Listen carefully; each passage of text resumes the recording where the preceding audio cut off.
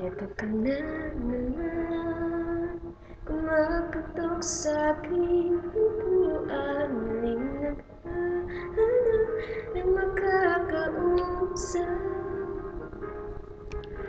At heto naman ako, nakikinig sa mga kwento mo. Paulit-ulit lang, nagtitiis kahit nasasaktan.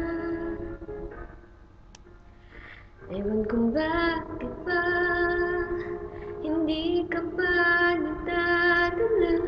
Hindi ba't kailan lang nang ika'y iwanan niya. At ewan ko nga sa'yo, parang baliwala ang puso ko. Ano nga bang meron siya na sa akin ay di mo